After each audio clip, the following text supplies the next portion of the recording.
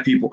Now, a lot of you have seen what's been going on in the cannabis space. There's a lot of businesses being created, a lot of opportunities that have emerged, a lot of action happening, and a lot of you have asked me about it. And so today we have an opportunity to talk about what's going on in that industry. Today, my good brother, Mr. Larry Smith, who is the CEO and founder of G5 Cultivation, is in the building. How you doing today, brother? Good, brother. How about you? Doing very well, very well. I'm so glad you're here. And everybody, as you come in, greet Mr. Smith, give him a hello, and also hit the thumbs up button. Everybody hit the thumbs up button if you haven't done it yet. That's very important. Okay, so let's just jump into the conversation, man. Let me just say this. I have been watching the cannabis industry in its evolution. I feel like it's going to be it's going to just be probably, I don't know, few $100 billion market. I don't know how many hundreds of billions or trillions of dollars will be made, but it seems like a massive industry, and that as it's being legalized slowly but surely around the world, people just, there are people that are either chasing the money and not getting it, or people that are just making money hand over fist. So tell me about G5 and what do you see kind of happening right now in the industry? Well, first of all, thank you again for having me. It's an honor to be on here. And G5 is a predominantly Black-owned cannabis company based out of Las Vegas, Nevada. We built our building from the ground up. If you look at our YouTube, I kind of showed you from the very beginning what we were doing and how we were doing it. And I wanted people to see from the very beginning of how we were going to do this process. Once we committed our minds to go ahead and start the process to get the license, we wanted to show people step by step, because I understood walking into those rooms in the county building and there's 300 people, and then you look up and there's 2 African Americans that are applying for the license. That kind of drains you a little bit. It slaps you into a real reality that, damn, we're going to get excluded from this. And part of that, to be honest with you, is really our faults, though, because we need to come together. And for me, I felt like a lot of them, that's what they did. They came together, they formed their corporations, their businesses, and they put their money together, and they went. I mean, I would go into those meetings, Dr. Boyce, and see people that owed me money, doctors or attorneys that I deal with. They would owe me money, and they would be in a group, and I'd be like, yo, you just got money from me. How are you getting in this group, right? And then they would tell me little things they did, and they put their money together. And that's something we didn't do. I went to people and went to my people like, yo, hey, I'm going to go start this cultivation. I'm going to get in the game, and I need some help. And if you want to put in, and man, the church door was closing left and right. It wasn't until I started building the building and people could see the pillars going up and the doors getting put on, then people started to realize, oh no, he was serious. Like he really got in. And it's been good for us. We've had some ups and downs, but for the most part, it's any other businesses growing pains. Financially, it's been a burden on me personally, just because we don't have federal banking. So everything I've done has pretty much come out of my own pocket. I have other businesses that I was able to take from, and then I included a couple of investors that I knew, people that I knew that wanted to get in, and that really helped maintain G5 and get it up and going. So it's pretty interesting road for me for the last 3 years. It's been pretty different than what I'm normally doing. So let me ask you this, man. And I'm speaking to Larry Smith, CEO and founder of G5 Cultivation. You can follow him right there on Instagram. The IG is right there if you guys want to reach out to this brother.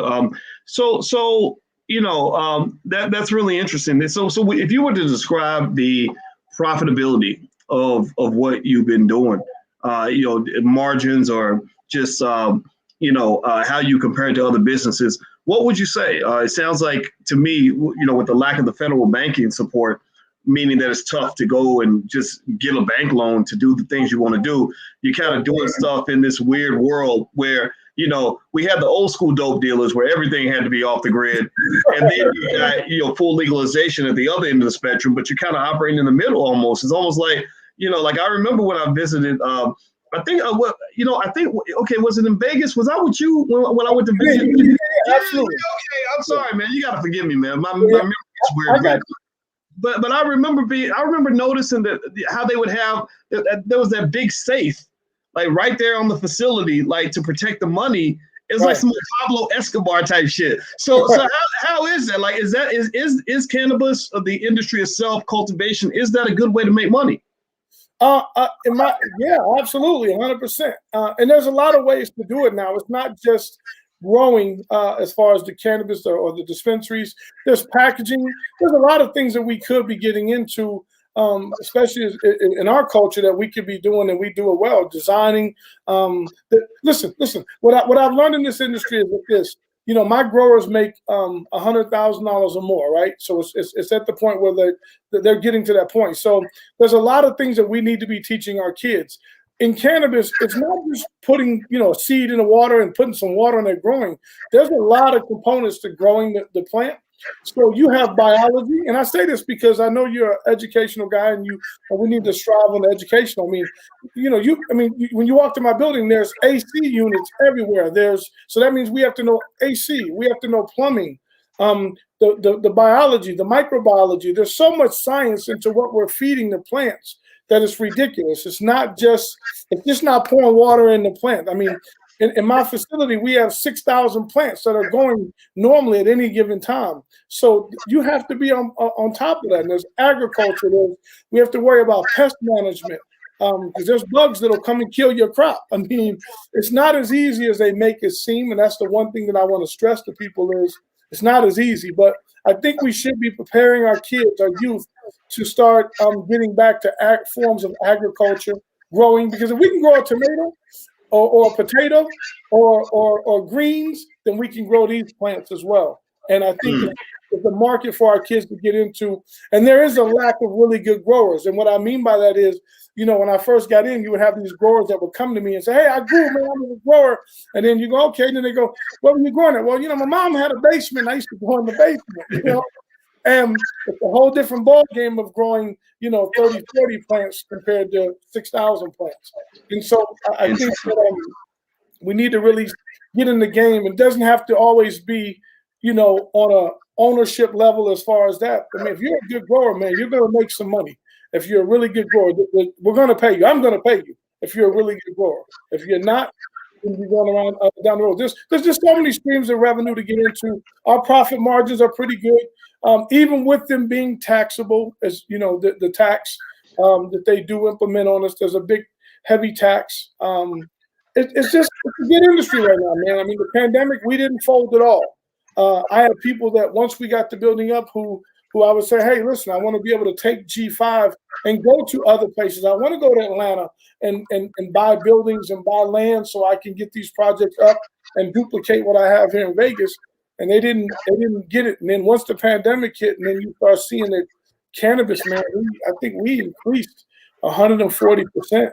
I mean, it was nonstop for us. It didn't stop at all. So it's one of those things that almost lets you know that there's a recession-proof side to it, as well as Oh yeah. There's definitely gonna be a recession-proof side to it. It's I mean, in fact, I even wonder if the sales might go up during a recession. But that's what I'm saying. But the average ticket sale in the dispensary was $78, and that went from $78 to $192. During the pandemic? 100%. 100%. Wow. So wow. I was baffled. I was like, some things I understood, because people are at home more, they can smoke more, they don't have to be at work anymore, they can Zoom, they can, you know what I'm saying? So it made it a little different, but the financial side is what threw me off. It's like, damn, these people are getting some extra money. I would have been buying, smoke. I mean, but then again, I do understand that it is medicine to a lot of people, and that part I really understood. That from the hood, you think, man, it's weed and this and that, and then the more I've gotten into it, the more I realize that a lot of people really need this to get through their day, to eliminate certain things. It's totally changed my perspective on what cannabis really is. I don't call it weed anymore. I call it cannabis. So if you ever get pulled over, tell them you got cannabis, not weed. It's a different mindset that makes you, there's all those stereotypes, So cannabis is a healing medicine, and I do understand a little bit more about that.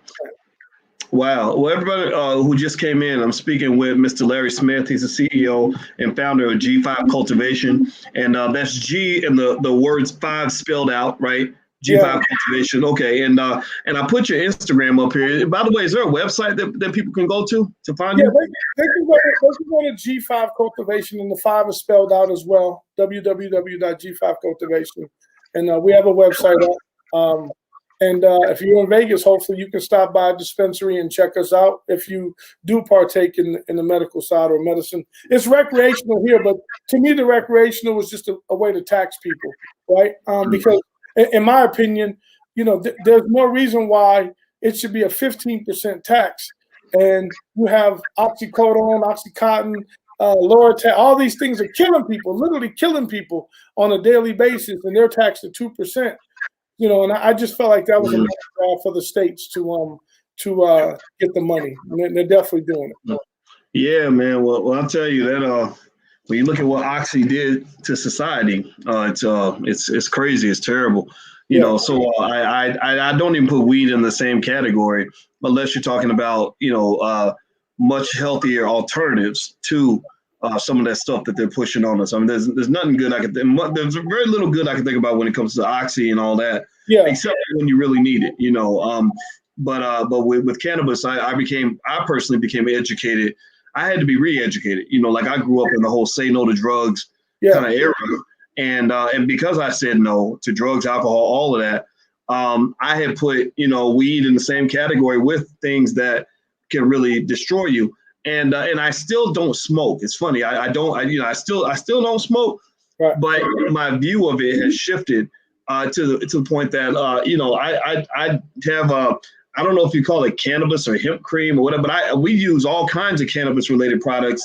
Absolutely. Like I found it was great to put on my legs after I finished running, and little things like that, right? And so it almost seems like it's easing into the mainstream psyche, and I'm almost guessing that it seems to me like we're not far from legalization in the United States. I mean, how far away do you think we are from just federal legalization where this just all goes out in the open? Well, for some reason, I don't know what's going on behind the scenes, but there's clearly something going on because the Biden administration seemed like they were gung-ho to get everything going, and all of a sudden they've kind of hit the brakes recently. I just saw the thing where you posted Chuck Schumer, they're talking about getting it passed. And listen, they definitely need to pass it because we definitely need banking.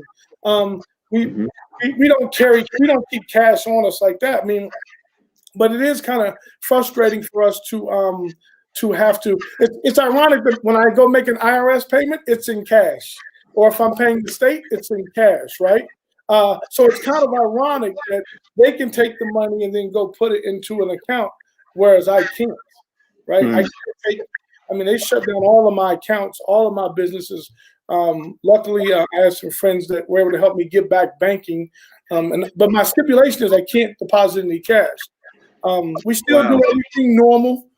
We have places to put it in the safe and companies that come and take it to where we're not robbed and we don't keep cash on the building. But it makes it hard. And I think that there's an issue. I think they don't want to make it federal right away because then it opens the floodgates for all the big guys to truly, truly, truly come in and try to take over these markets. And one of the things a lot of people like me say is that I want to keep it state to state. I just want to take it off the Schedule 1, and then that way we can, if it's off the Schedule 1, I can get banking. And for me, that banking will be important because now that I have crops, and crops as in the cannabis crops, it's like now I become a farmer. I'm a part of agriculture, and it would be nice for me to go because I don't have the funding to go and come to you and go, hey, what city are you in? I want to go and put a license in. I want to buy a building. Can you show me around? I want to go to Atlanta. I want to go to these places. New York just became legal. You want to have that capital to get in the game. If not, we're going to get left behind again, and it moves really fast. The cannabis moves really fast. Wow.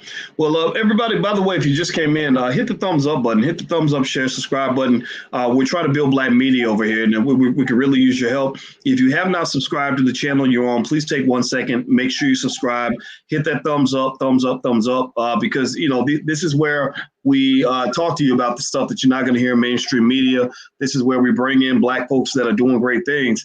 And I can tell you, with Larry Smith, Larry and I only talked when I came to Vegas, and we talked again today.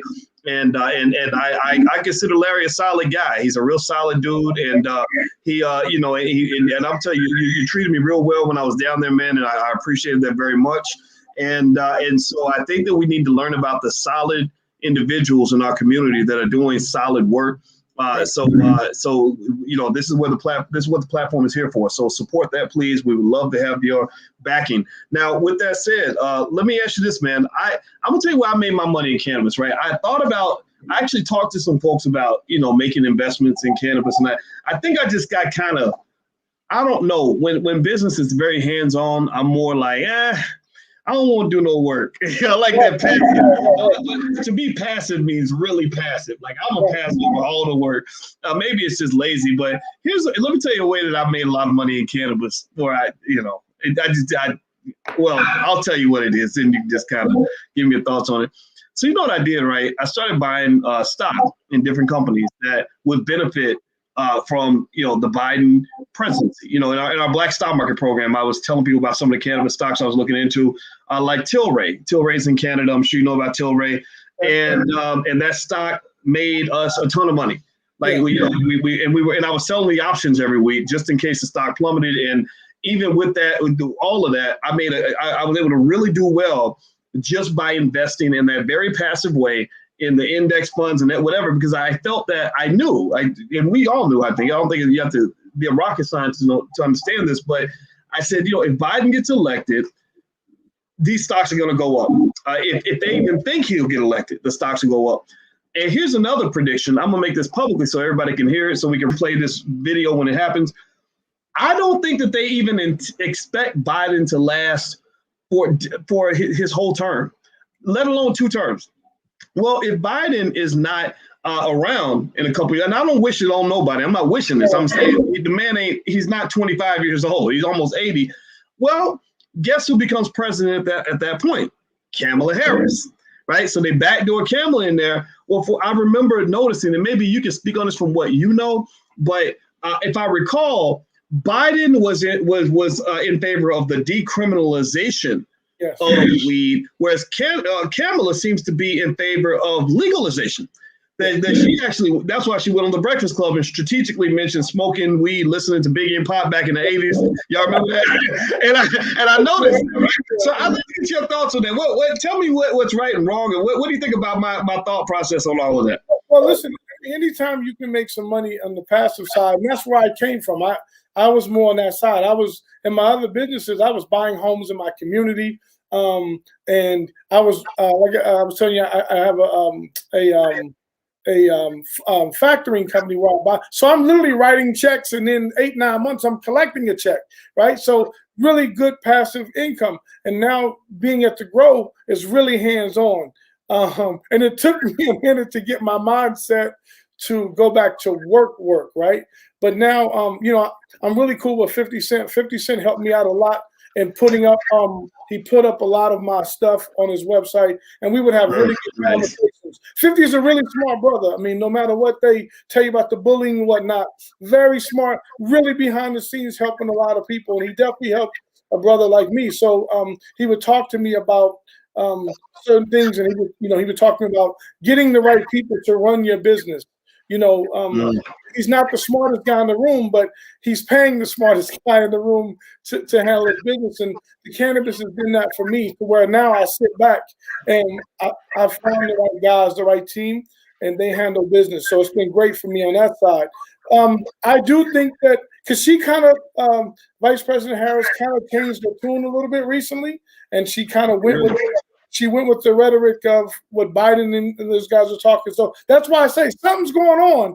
I don't know what it is yet, but there's something going on to where she kind of changed her tune. I read that, she was kind of on board with what Biden was doing. So I don't know what they're doing. I just wish they give us banking. It would eliminate a lot of problems for me. It created a lot of problems for me on a financial level, on my other businesses, as well as my personal. Like, I can't on fly now. If I check a bag in, the TSA is checking my bag. So there's got to be kind of list that we're on. And those things don't bother me because I don't carry stuff on a plane. But it's more or less, it's created a problem. And I wish the feds go ahead and take it off of the Schedule 1, decriminalize it. And I think you're going to start seeing a lot of more different kind of drugs. Mushrooms are going to start to become decriminalized. They're making a big push to decriminalize a lot of this stuff. And I think it should be decriminalized. I think people that have records should be expunged. It's a plant, for God's sake, at the end of the day. And it's a horrible law that they've obviously done to incarcerate, especially people of color, black and brown. We all know these. You've heard the stats. You've seen the stats of what they do. And it's time for them to stop. And, let us give us an opportunity to, stop making these licenses so hard to get when it comes to people of color, because they're still eliminating us. In Vegas, you had to have a minimum of $250,000 liquid for each license in order to get in the game. Well, I had that, but when you look at the brothers next to me, some of them might have been liquid. They couldn't show it all, right? Right. But black people have the money, and then like I said earlier, a lot of it's our fault too, because there was a lot of people that I went to that looked like me, and one, I think they were afraid. We don't trust each other a lot of times in our community. We're giving, it's a lot of money that you're giving me to put up. And then what I did learn too is that a lot of times when it comes to investing in our people, sometimes they don't realize they want everything fast, instant. So that's why I like the Instagrams, the fast food, everything is sped up for them. So when I would go to someone and go, hey, you're giving me 100,000 and it's going to be, you're going to get, 3 percentage points. And it might be a year and a half before we see any income. They look at me and go crazy and go, hey, this is weed, man. I could flip that in 2 days. And it's like, yeah, but I got a $25,000 power bill. It's not like I'm going to the hills in California and I'm picking it up, putting it in my trunk, putting in some baggies and selling it. I mean, I got overhead. It's a legitimate business now. I pay taxes, power bill, water bill, sewer bill. All of those things apply to me in a business. Unemployment tax. All of those things apply. So it's a different game, and we needed that capital. Luckily for us, we made it through. I had some bumps in the road. I got sued. Ended up going through a 5-day trial, winning the trial. And now the person was trying to get $1 billion from me, didn't do any work, ended up, the judge just granted us, they owe us $250,000. So it's one of those. Nice. Good for you. Yeah, thank you. That legal stuff is not fun. And it's terrible because it can happen even when you did nothing wrong, and it's a pain, man. Well, I'm curious, on a personal note, I noticed you got Darth Vader behind you. Is that your office that you're in right now? Well, yeah, this is my lean office. I'm a huge Star Wars fan. I believe in I know it sounds crazy, but I believe in the Force. I believe in doing right. I believe in the Jedi way, as you would say, right? So we take a lot of those principles from those movies and we try to implement those in business. And I know some people look at me and go, you really believe that stuff? And I'm like, well, I believe in the principles of it. I don't know if you're a Star Wars fan or not, but hell yeah. That's why I noticed Darth Vader was behind you. I got all of them. I got the Storm. Man, look at that. I didn't see the Stormtrooper. Yeah, my office is full of it's full of Star. You come in my office, man, you're gonna see Yoda, you're gonna see everything going on. We're protected over here. The energy is good over here, Man, I love it. I've been watching The Mandalorian on Disney Plus, and that whole baby Yoda thing is just tripping me out. Seeing Yoda as a little infant. I think that's great, man, and I'm all for that. I think whenever people make fun of me, because my thing is I started playing video games for fun because I used to play them a lot. Back in the day, I said, well, let me play again, and it give me a chance to talk to my kids. And then I created a little Twitch channel. And what we do is we get on there, I'll play video games and talk about stocks. And I noticed a lot of young brothers were coming in there and they're like, oh, Dr. Bush, you play video games? I'm like, yeah, I mean, maturity's, what we call maturity, I believe is kind of overrated. It's like, no, just be yourself, live your life, what fun is it to go out and succeed and make money and everything if you can't really have fun. Like whatever the kid is inside of you, bring that kid out. It's okay. That's my Twitch channel, by the way. If anybody wants to, I'll be on there today, actually. But okay, yeah, man. So let me ask you this. So as we head out, what's on the horizon for G5? Like, I really feel like, despite the fact that you're going through so many challenges with this, I mean, you're handling it quite well, it sounds. I mean, you got a lot of support from 50 Cent and many others that I'm sure you can name if you want to name. I know Kanye's aware of your work. A lot of people have seen the great work that you're doing. And you're doing it. You know what I mean? Like, it sounds like you're surviving it. You're making it work. And I really feel like when the legalization occurs, when the gates are finally open, banking systems caught up with the times, G5 will be one of the companies that'll be on that cutting edge. Almost like crypto. How you had now it's easy to buy crypto, but you have. But to me, the strongest players in crypto, the crypto millionaires and billionaires, are the people that were into crypto before it was easy to get into, when they were buying Bitcoins for $1 and whatnot. It almost feels like that's where G5 is going to be. Am I accurate in that? What are your thoughts on that? 100%.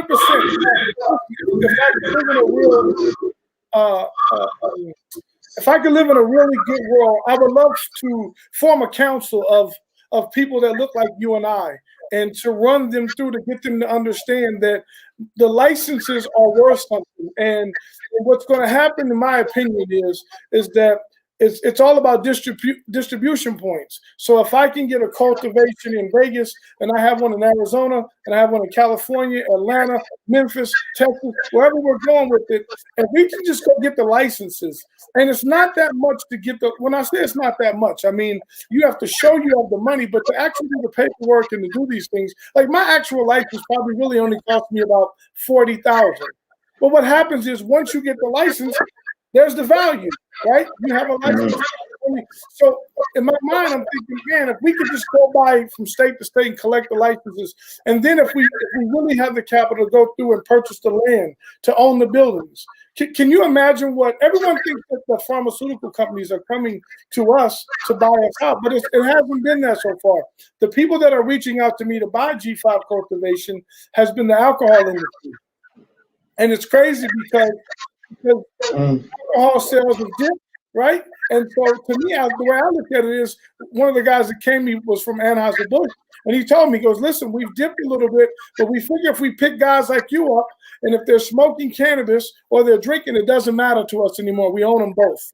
The profit margin is good for us both. And so what I would love to see is us as Black people. Right now, I have one of my strains is Cameron Pink Mink from Dipset, and I have Big Baby Bud, which is he's a comedian out of North Carolina.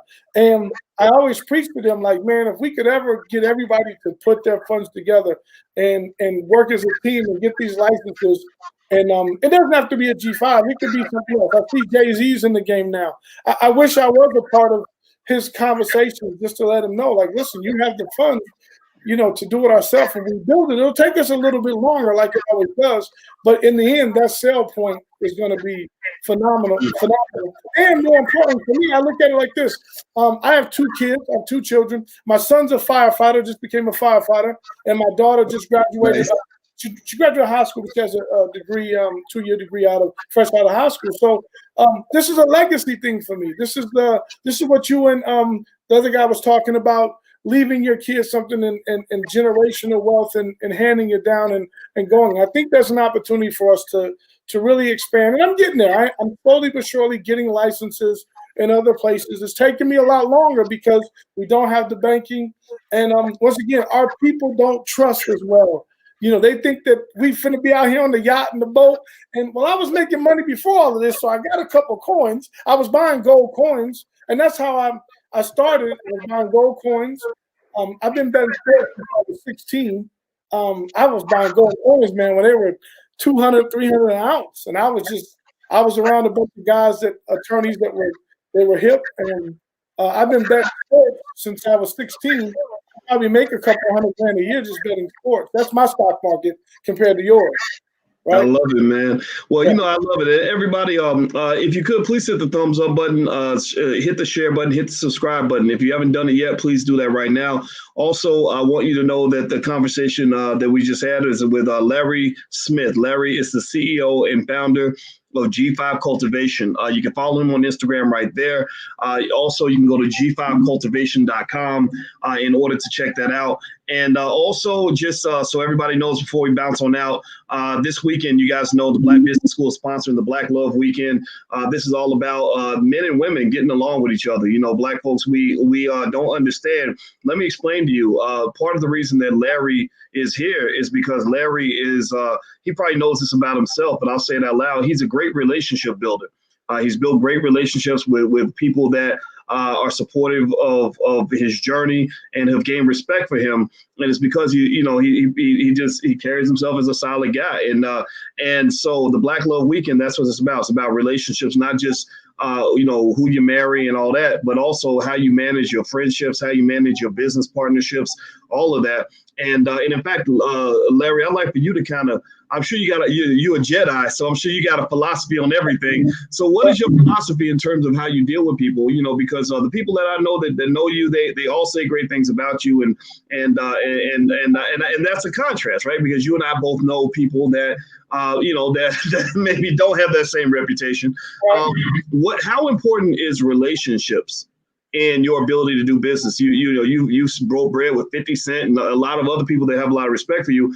Talk about relationships, so in terms of making money, so that our audience can kind of walk away with something that's going to benefit them. What are your thoughts on that? The relationship is everything. It's everything. And you have to understand, there are certain things that I've learned from me. I've growing up without a father. My grandmother raised me, one of those stories, right? But when my grandmother raised me, I mean, she really instilled a lot of things in me, and it's all about the relationships.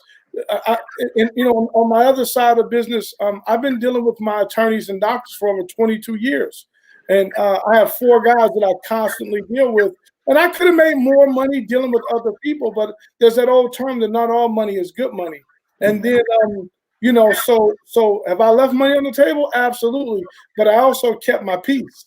And I think that as a people that sometimes, as a Jedi, as we say in the Jedi world, you have to really feel, the young kids will say it's a vibe, right? So as older guys, we have to learn to listen to that vibe and understand who you're vibing with and just be yourself. That's one of the things that he told me was be myself.